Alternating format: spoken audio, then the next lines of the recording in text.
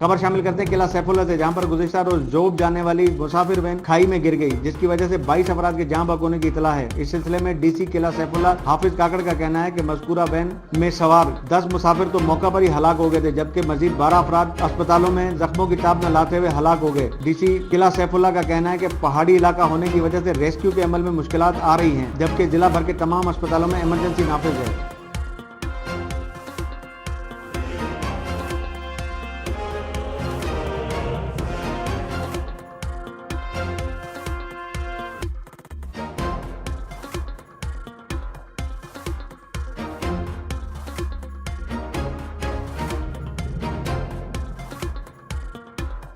मजीद खबरों और अपडेट्स के लिए देखते रहिए हमारा YouTube चैनल HRJDO न्यूज।